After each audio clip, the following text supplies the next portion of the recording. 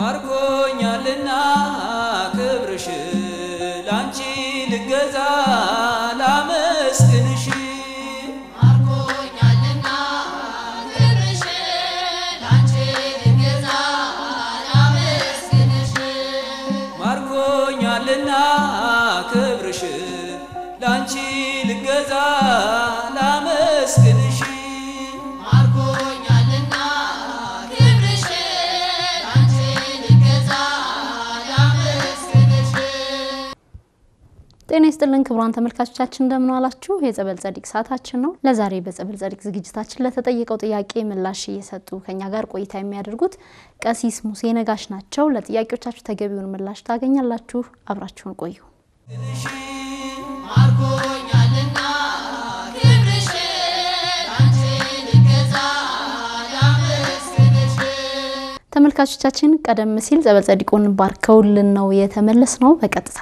የምናልፈው ወደ ውይይታችን ነው ያብሮነት ቆይታችሁ አይለኝ ቀሲስ በድጋሚ እንግዳችን ስለሆኑ እያመሰገንኩኝ እንግዲህ ጉሮሮ እንዳይደርቅ ከጸበሉም እየቀመሱ ውይይታችን እንቀጥላለን ለዛሬ የደረሰን እንግዲህ የምእመናን ወይም ያማኞች ጥያቄ ነው ብዙ ጊዜ በዘልማድ የሚነገሩ የለመድናቸው በጉርብትና አብሮ በመኖር ሲነገሩ የሰማናቸው ባህል የሚመስሉ የሃይማኖታዊ መሰረት የሌላቸው አንዳንድ ጥያቄዎች ይመጣሉ ቀላል ቢመስሉም ነገር ግን ያው ጉዳዩ ምእመናን ላይ ጥያቄ ፈጥሮ እንዳያልፍ የቤተክርስቲያኑ አስተምሮ ጋር የሚጋጭ አይነት መንፈስ ይዞ ይመጣል ብለን ስናስብ ጥያቄዎቹን ወደ ሚዲያው እናወጣቸዋለን ለዛሬም የደረሰን እንግዲህ ከዚህ ጋር የሚገናኝ ጥያቄ ስለሆነ ነው በመኖርበት አካባቢ የድሜ ባለጸጋ እናቶች በቁጥር ይበዛሉ ትላለች ጥያቄያችን ከመብዛታቸው ጋር ተያይዞ በዘልማድ ነው ብለው የሚያስቡትን አንዳንድ ሐሳብ ሲናገሩ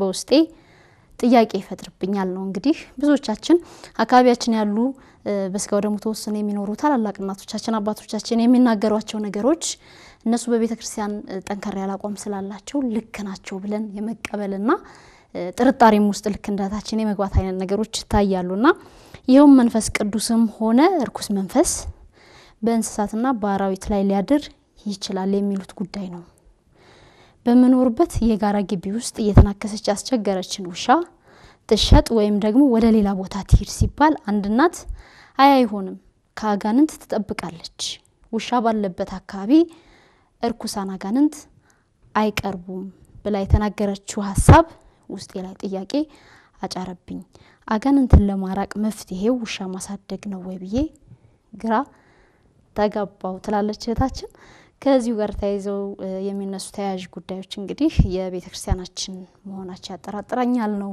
የምትለው እህታችን አሉ እንግዲህ እንዲህ በዘልማድ የሚነገሩ የጅብ ጥርስ ከቡዳ ይከላከላል የሆነ እንስሳ ጸጉር ለሆነ መድኃኒት ለሆነ በሽታ መድኃኒት ነው የሚሉ እንደዘወትር የምንሰማቸው ከናቶቻችን ከታላላቆቻችን የምንሰማቸው አንዳንድ ጥያቄ የሚያጭሩ ጉዳዮች ይኖራሉና ምናልባት እንግዲህ ትልልቅ እናቶችና አባቶች በሚኖሩበት አካባቢ የሚኖሩ ኦርቶዶክሳውያንን ተወክላለች በያስባለሁ እህታችንና እንደው ጥያቄውን እንዴት አዩት ይጉዳይስ በቤተክርስቲያናችን አስተምሮ እንዴት ይታያል እጂ ከምን ብለናል መምህር እንግዲህ በጥቅሉ ይሄ ከውቀት ማነስ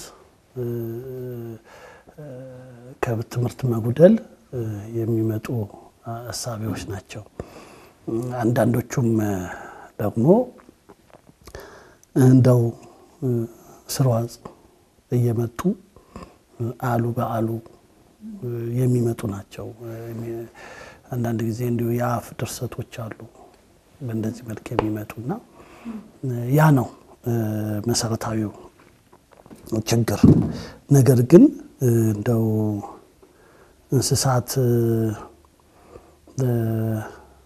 መናፍስት ነው ያሉ እንስሳት ውሾች መናፍስትን ይከላከላሉ የሚለው ከየትም መጽሐፍ ተጽፎ የተገኘ አይደለም ሲባል ሰምተው ያውቃሉ ግን ቀሲስ አንዳንድ ነው የማይመስሉ ሐሳቦች ይነሳሉ ይሄንና ይሄን የመሰሉ የሚነሱ አሉ እነዚህን አንዳንድ ባቶች እንደውም ሲገልጿቸው እነዚህ መጽሐፈ ባልቴት ይሏቸዋልና እንደው ዝም ብለው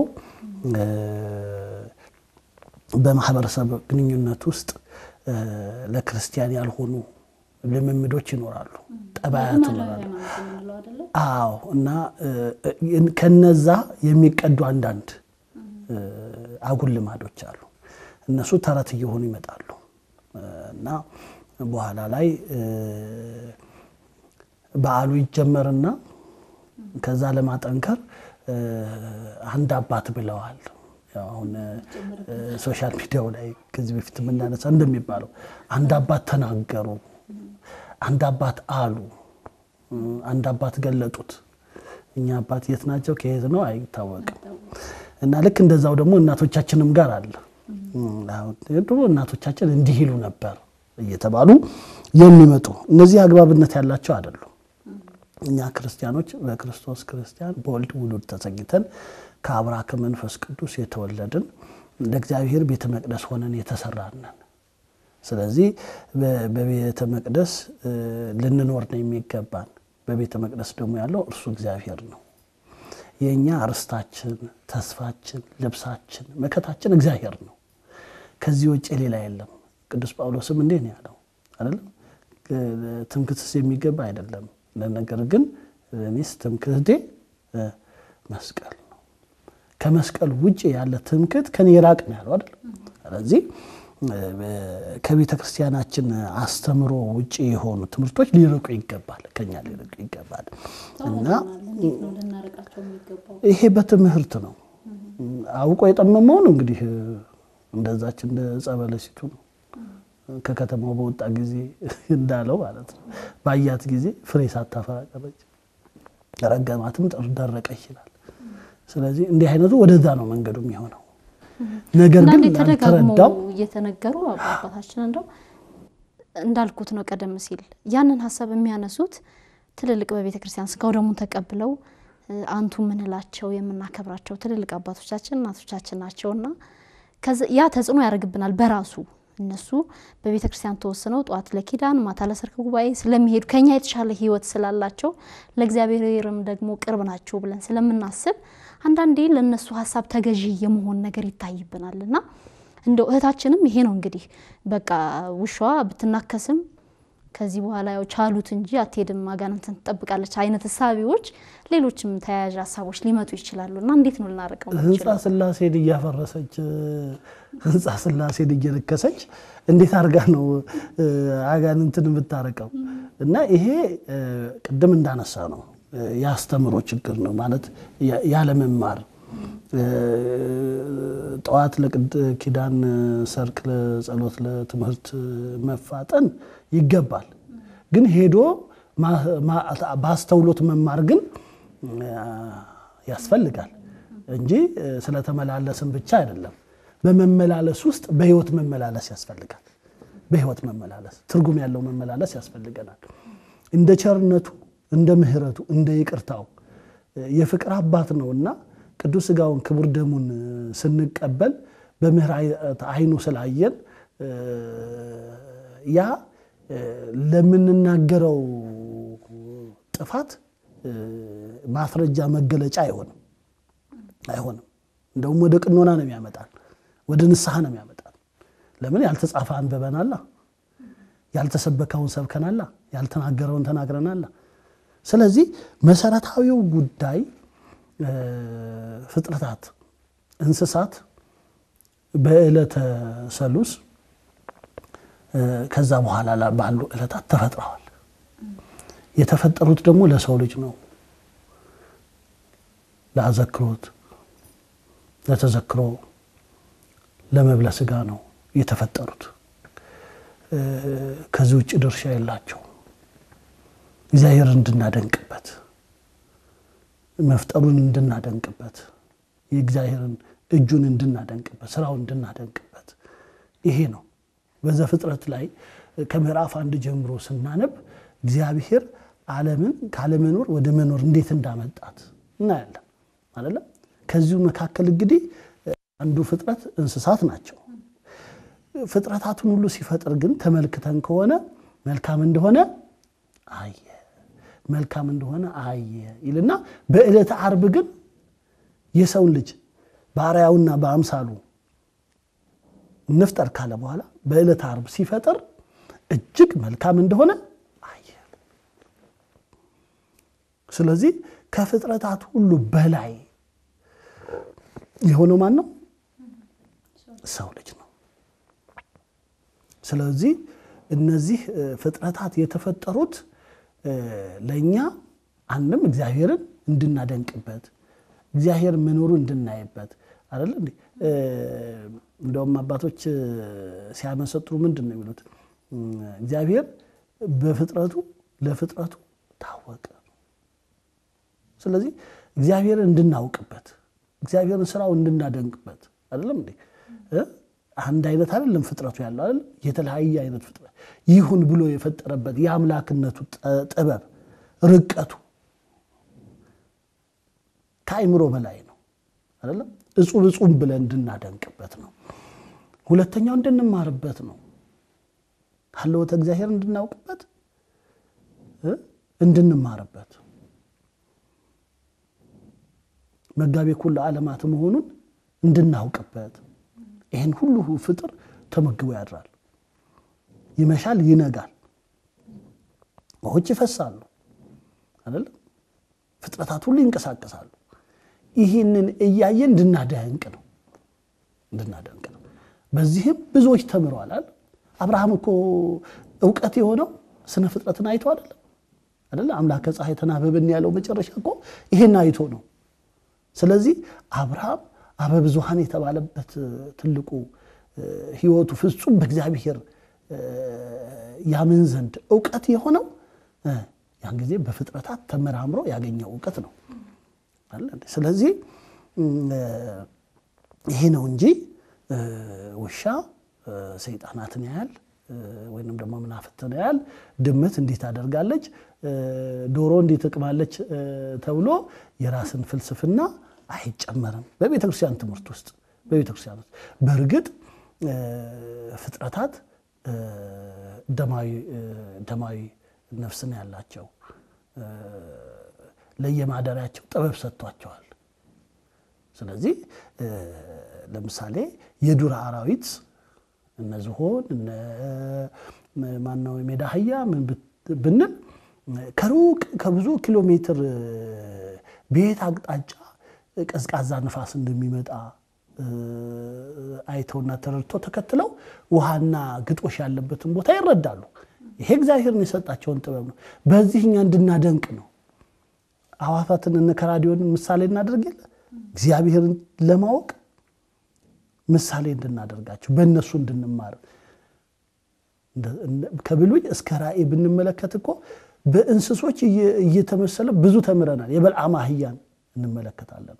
ብዙዎቹ እነዚህን ዕውቀቶች ናቸው ወደዛ የሚቀይሯቸው። የበልዓም አህያ በልዓምን ለማስተማር ነው እግዚአብሔር ታየው ዘንድ በሰው ቋንቋ ትናገረው ዘንድ መላእክቱም ከፊቷ ታየው ዘንድ ያደረገ እግዚአብሔር ነው። ሌሎቹም አህዮች እንዲህ ያሉ እንዲህ ይናገራሉ ተብሎ የተጻፈበት ቦታ የለም። እንዲሁ ስለ እሪያዎች ተናግረዋል። ያንን ክፉ መንፈስ የነበረበትን ሰው ክፉ መንፈሱን ከሱ አስወጥቶ ወደ እሪያዎቹ እንዲገቡ አድርጓል። የተቀደሰውን ለውሾች አትስጡ ብሎ አስተምሯል። ከውሾች ጠባይ አንፃር ሰዎች በእንደዛ አይነት ግብር እንዳይገኙ እንቋቹን በእሪያዎች መካከል አትጣሉ ብሎ አስተምሯል። ይህም ደግሞ የእሪያዎችን ግብር አንስቶ በእንደዛ አይነት ሰብዕና ያሉ ሰዎች ቃል እግዚአብሔር እንዳያረክሱ ትምህርት ሃይማኖትን እንዳያረክሱ። ስለዚህ ምሳሌ የመሰለ አስተማረ ማለት ግን በየቤታችን ያሉ ውሾችና ድመቶችን ግብር እና ሌላ ሰተን እንድናደርግ አይደለም። ስለዚህ ፍጹም የተሳሳተ አስተምህሮ ነው። ስለዚህ ከእንደዚህ አይነት አስተምህሮ እንደውም አስተምህሮ ወደ ጥንቁልናው ይጠጋል፣ ወደ ጥንቁልናው። ስለዚህ ይሄንን በአግባቡ ማየት ይፈልጋል። መምህራንም በዚህ ላይ አተኩረው ሊያስተምሩ ያስፈልጋል። ብዙ ይባላል በሞተበት ቦታ ሁሉ ያለውን ርብርብ እንሰማለን። ይሄ ከባዕድ አምልኮ ጋር የተያያዘ ነው፣ ከክርስትና ጋር የተያያዘ ነው። በዚህ ግብር ውስጥ ያሉ ሰዎች ሌላ አምልኮ አላቸው ማለት ነው። ሁለት እግር አለኝ ተብሎ ሁለት ዛፍ አይወጣም። ለሁለት ጌቶችም ሊገዙ አይገባም፣ አይቻልም ነው ያለው። አንዳንድ ጊዜ መጽሐፍትን ስናነብ እንግዲህ ቀደም ሲል እህታችን የጠየቀችውም እንግዲህ ቅዱሳት መናፍስትና መንፈስ ቅዱስ ላይ እንስሳት የመገለጡን ነገር ስትነግረን እንደው ምናልባት መንፈስ ቅዱስ በእንስሳት ላይ ይገለጣል ወይ መንፈስ ርኩስ በራሱ በእንስሳት ላይ የመገለጥ ባህሪ ያለው ወይ የሚለውን ስናስብ ምናልባት የተጻፉ መጽሐፍቶችን ወደ ኋላ ዓለማዊ ቢሆን መለስ ብለን ስናይ ለምሳሌ ጥቁር ውሻ ወይ ጥቁር ቀበሮ መንገዳችንን አቋረጠን በቃ ከዚህ በኋላ አይቀናንም ብለን የማሰብ ነገር እርግብን ወይም ጥንቸልን ደግሞ እንደዚህ የበጎ ነገር ተምሳሌት አድርገን ማሰብ ወይም የማቅረብ ነገር እንደዛ አይነት ነገሮች ይታሰባሉ። ይሄ በዘልማድ የመጣ ነው ወይስ ደግሞ እንደው ሃይማኖታዊ አንድምታ አለው? ይሄ ከባዕድ አምልኮ ጋር የተያያዘ ነው። ምንም መጽሐፍ ቅዱሳዊ እንትን የለውም። መጽሐፍ ቅዱሳዊ ምሳሌ የለውም። ጥቁር ውሻ ስላቋረጠኝ አይቀናኝም። ጥቁር ውሻና የሱ መንገድ ምን አገናኛቸው? ምንም አይገናኙም። ጥቁር ውሻ የሚሄደው በአራት እግሩ፣ ሰውየው የሚሄደው በሁለት እግሩ። ምን ያገናኛቸዋል? ከሁሉ በላይ ደግሞ እርሱ ቤዛ የሆነለት አምላክ የተወደደ መስዋዕት አድርጎ ራሱን በቀራኒዮ ዙፋን አድርጎ ራሱን በቀራኒዮ ላይ ዙፋን አድርጎ ራሱን ቤዛ አድርጎ የሰጠ አምላክ ቤዛ የሆነለት እኮ ነው የሰው ልጅ። እሱ እኮ ክርስቲያን ነው። ክርስቲያን እኮ አምላኩ ነው ቤዛ ራሱን ቤዛ ያደረገለት። ስለዚህ ከሌላ ፍጡር ጋር እንዴት እሱን ራሱን እንዴት ያነጻጽራል? ቅድም እንዳነሳ ነው አባቶቻችን የእንስሳቱን ግብር መነሻ አድርገው ከነገረ ድህነት ጋር አያይዘው ሊያስተምሩ ይችላሉ። የነዛ እንስሶች ጠባያትን አንስተው ከክርስቲያኖች ጠባይ ጋር አያይዘው ሊያነሱ ይችላሉ፣ ሊያስተምሩ ይችላሉ። ምሳሌ አድርገው ሊያስተምሩ ይችላሉ። ነገር ግን ያ የግብር መለዋወጥ ማለት ግን አይደለም። ስለዚህ እኛ እሳቢያችን እንደ ክርስቲያን ነው መሆን ያለበት። መድኃኔ ዓለም ክርስቶስ እኮ እኔን ምሰሉ ነው ያለው አይደለም እንዴ? እኔ ቅዱስ ነኝና እናንተም ቅዱሳን ሁኑ ነው ያለው። የቅድስናውን መንገድ ደግሞ አሳይቶናል። ሐዋርያቱም እርሱን መስለው ነው ያለፉት፣ በእርሱ መንገድ ነው ሄዱት። ሐዋርያንም አበው እንደዚሁ፣ ሊቃውንቱም እንደዚሁ። ዛሬም ኃላፊነት የተቀበሉ ካህናት ምንድን ነው መሄድ ያለብን? ከዛ ውጪ ሌላ መንገድ የለም። የውሾቹን ህይወት ለውሾቹ ነው መተው። የኛን ህይወት እንደሚገባን በክርስትና ህይወት ነው መምራት ያለብንና እነዚህ እንደው በየመንደሩ የሚባሉት ነገሮች ከክርስትና ጋር ባናያይዛቸው። ምክንያቱም ምንም አይነት መነሻ አስተምህሮ ስለሌላቸው ቅድም እንዳነሳ ነው የቃሉ ፍጥረት ናቸው። ቅድም እንዳነሳ ነው ለተዘክሮ ለአመክሮ ለመብለ ስጋ የተፈጠሩ ፍጥረታት ናቸው። ነገር ግን ገብረ ጉንዳንን እዩ ተብለን እኮ ተምረናል። በጉንዳን አለቃ የላቸው፣ ሁሉም ግን በስርዓት ይሄዳሉ ተብለን ተምረናል። ምግባቸውን ለክረምት ያከማቻሉ ብሎ እኮ ሰለሞን በመሐል ሰለሞን ላይ በደንብ ነግሮናል።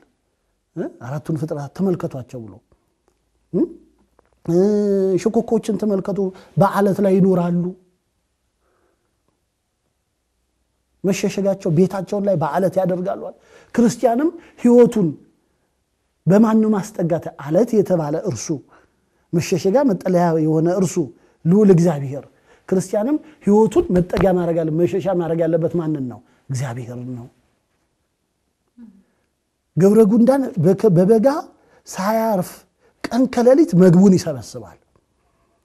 ጥልቅ ከሆነ ጉድጓድ ውስጥ ያከማቻል። ክረምት ሲመጣ ጉድጓዱን ደፍኖ ዘግቶ ያንን እየተመገበ ክረምቱን ያልፋል፣ ሳይጣላ ሳይጠፋፋ። ከገብረ ጉንዳን ተማሩን የተባልነው እንዲህ አባቶቻችን በምሳሌ ያስተምሩናል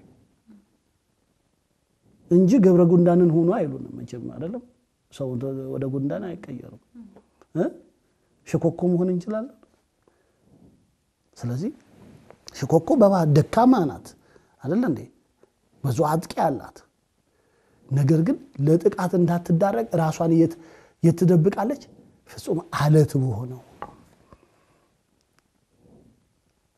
እኛም በክርስቶስ ክርስቲያን በወልድ ውሉድ የተሰኘን ከአብራክ መንፈስ ቅዱስ በ40 እና በ80 ልጅነትን ያገኘን እርሱ አለት በሆነ ልዑል እግዚአብሔር መድህን ዓለም ክርስቶስ ጥላውስ ከለላውስ መኖር ይገባናል ስለዚህ ለንጽጽር ትምህርት የሚሆኑትን እያጣመሙ ለገዛ ፍላጎታቸው መውሰድ አይገባም ስለዚህ እነዚህ ሟርተኛው ጠንቆላው ምን ውስጥ ያለው ማህበረሰብ ወይንም ደግሞ አድራጊዎቹ እነዚህን የቤተክርስቲያን አስተምህሮ የሆኑትን አንዳንዶቹን ይወስዱና ሸራርፈው እንደሚፈልጉ አዎ ምክንያቱም የሚመጣው ማህበረሰብ ከዛ አካባቢ ነው የሚመጣው ስለዚህ ለጆሮ የማይጸነውን ከዛ ጋር የሚቀራረበው ከካህኑ የሰማውን የተወሰነችዋን ክፍል ከርሱ ደግሞ ያመነጨውን ይቀላቅልና ይሰጣዋል ያችን ይዞ ወደ ቤቱ ይመጣል ቤቱ ብቻ አይቀመጥም ለመንደሩ ሁሉ ይበክላል ስለዚህ ከዛ የመጣ እንጂ በቤተክርስቲያን አስተምሮ ውስጥ እንደዛ አይነት ነገር የለምና ሰዎች ከሁሉ በላይ ሚስጥራትን የገለጸ ለሰው ልጅ ነው የተዋሃደ የሰው ልጅ አካል ነው መለኮት የተዋሃደ ያከበረው የሰው ልጅ ነው የቀደሰው የሰው ልጅ ነው ከሰማያዊ ሰማያት የወረደው ከድንግል ማርያም የተወለደው የሰው ልጅ ፈልጎ ነው የእርሱ ፍቅር አገብሮት ነው ራሱን የተወደደ መስዋዕት አድርጎ የሰጠው ለሰው ልጅ ነው በቀራንዮ ላይ ቅዱስ ሥጋውን ክቡር ደሙን የሰጠው ለሰው ልጅ ነው ከሰው ልጆች በተመረጡ በካህናት ይዳሰስ ዘንድ የፈቀደው ቅዱስ ሥጋውና ክቡር ደሙን የሚዳስስ የሰው ልጅ ነው ለመላእክትስ እንኳን አይቻላቸውም ስለዚህ የሰው ልጅ ክቡር ነው ከእንስሳት ጋር ከፍጥረታት ጋር አይነጻጸር እንደው ምናልባት መምህር ጥያቄው በጣም ሲሊ ሊመስል ይችላል ግን በአብዛኛው ምእመናን ውስጥ ያለ ጥያቄ ነው ምናልባት ባንድ መኖሪያ ግቢ ውስጥ ልንወስነው አንችልም የተለያዩ ቦታዎች ላይ እንግዲህ በተለያየ መንገድ እንዲህ አይነት ሐሳቦች ሲንቀሳቀሱና ያለንና እንደው እንዲህ አይነት ሐሳብ ይላላቸው በተለይም ደግሞ ልክ እንደኛ በእውቀት ያልበሰሉ ሰዎችን እንደው እነሱ ወደ ቤተክርስቲያን ተጠግተዋል ለእግዚአብሔርም ቅርብ ናቸው ብለን በመናስባቸው ሰዎች የሚነገሩ እንደዚህ አይነት መልእክቶች ከቤተክርስቲያን አስተምህሮ እንዳሉን በጣም ያፈነገጡም ስለሆኑ እንዲታረሙ ለነዚህ እናቶቻችን እንዲህ አይነት ሐሳብ ለሚያራምዱ አባቶቻችንም ካሉ የመጨረሻ መልእክት ያስተላልፉልንና እናጠቃለን መጽሐፍ እንደሚለው ከማይመስል ጋር በማያመች አካሄድ አትጠመድ ከማይመስሉ ከማያመቹ አካሄዶች አስተሳሰቦች ጋር መጠመድ አይገባንም ስለዚህ እነዚህ አስተሳሰቦች ከቤተክርስቲያን የተቀዱ አስተሳሰቦች አይደሉም የተወሰዱ አስተሳሰቦች አይደሉም ባዕድ ናቸው ስለዚህ እናቶቻችንም ቢሆኑ ከቤተክርስቲያን የተረዱትን ከንስሐ አባቶቻቸው የተማሩትን ከጉባኤ የተረዱትን ነው ይዘው መሄድ የሚገባቸው እንዲህ አይነት ተቀጽላ በክርስትና ውስጥ አይገባም ቅዱስ ሥጋውን ክቡር ደሙን እየተቀበሉ ስለ ጅብ ጥርስና ጆሮ የሚያስብ ካለ መናፍስት ይከላከለኛል ብሎ መስቀሉን ትምህርተ መስቀሉን ስዕል አድኖን በቤቱ ከመስቀል ይልቅ በሩ ላይ ጥቁርሻ የሚያስር ከሆነ አልገባው ክርስትና አልገባው ስለዚህ ይሄን ማስተካከል ነው የሚገባው አንድም ንስሐ አባቶች እነዚህ ሱሪያ ልጄ ወደ ትልቅም ሆነ ትንሽ ወደ ቅዱስ ሥጋ ወደ ክቡር ደሙ ሲቀርብ በደም አስተምረዋለሁ ወይ የሚለውን መፈተሽ ያስፈልጋል። እንደው ቅዱስ ያንተማ ምንስ ያስፈልጋል? አረ እርሶ ትልቅ አይደሉ እንደ እርሶ አብቅተው የለም አብቅተው የሚባለው ቋንቋ ራሱ አይገባኝም። እኔ ብቻ ሳይሆን ምን ማለት ነው አብቅተሃል ማለት? ስለዚህ ከታች ያለው ገና ነኝ እንዲል መንገድ መክፈት ነው። ስለዚህ በትክክለኛው ትምህርተ ሃይማኖቱን ማስተማር ለነሳ ልጆቻችን፣ ከዛ ስርዓተ ቤተክርስቲያንን ማስተማር፣ ሚስጥራተ ቤተክርስቲያንን ማስተማር። አንድ ክርስቲያን ትምህርተ ሃይማኖቱን አምስቱን አዕማደ ሚስጥር በደንብ ጠንቅቆ ስርዓተ ቤተክርስቲያንን በደንብ አውቆ ለቅዱስ ቁርባን ከበቃ እነዚህ አይነቶቹ ትርፍ ጓዞችን አይሸከምም። የሚሸከምበትም ጫንቃ አይኖረውም። ምክንያቱም በፍቅረ እግዚአብሔር የተቃጠለ በፍቅረ እግዚአብሔር የነደደ ነው የሚሆነው እንጂ ያያ ጭራና ምን ተከትሎ አይሄድም። እና ይሄ ነውና በዚህ መልክ መስተካከል አለበት። ጥርት ያለ እምነት ይዞ ነው ወደ ቅዱስ ቁርባኑ መቅረብ ያለበት እንጂ እሳቸውማ ትልቅ ሰው ናቸው እንደ ቆራቢ አይደሉ። አዎ ካንደበታቸው እኮ ያ ቅዱስ ሥጋ ክቡር ደሙ የገባበት አንደበት መናገር የሚችለው ነገር እግዚአብሔር ብቻ ነው። ምህረቱን ብቻ ነው። ርህራሄው መግቦቱን ብቻ ነው መናገር የሚችለው። ሌላ ትርፍ ነገር አውስ ስለ ላዘግሩ የተፈጠሩት ፍጥረታት ለሱ ዋስጠበቃ እንደሆኑት ከተናገረ እኮ በቃ ሃይማኖትን ካደ ማለት ነው። ስለዚህ እያንዳንዱ አካሄዳችንን በጥንቃቄ ማየት ያስፈልጋል። እጅግ በጣም አድርገን ነው እናመሰግነው ቀሲስኛ ጋር ስለነበረው ቆይታ ክብር ያደልልን። እግዚአብሔር ያክብርልን። ተመልካቾቻችን ለዛሬ የነበረን የጸበል ጸዲቅ ዝግጅታችን የተከታተላችሁትን ይመስል ነበር። ከዝግጅታችን እንግዲህ በርካታ ትምህርት እንዳገኛችሁ ተስፋ እናደርጋለን። ቀሪሞ በቅዱሳን ቴሌቪዥን መርሃ ግብራት ወደ እናንተ ይደርሳሉ። በእኛ በኩል አበቃን። ይቆየን።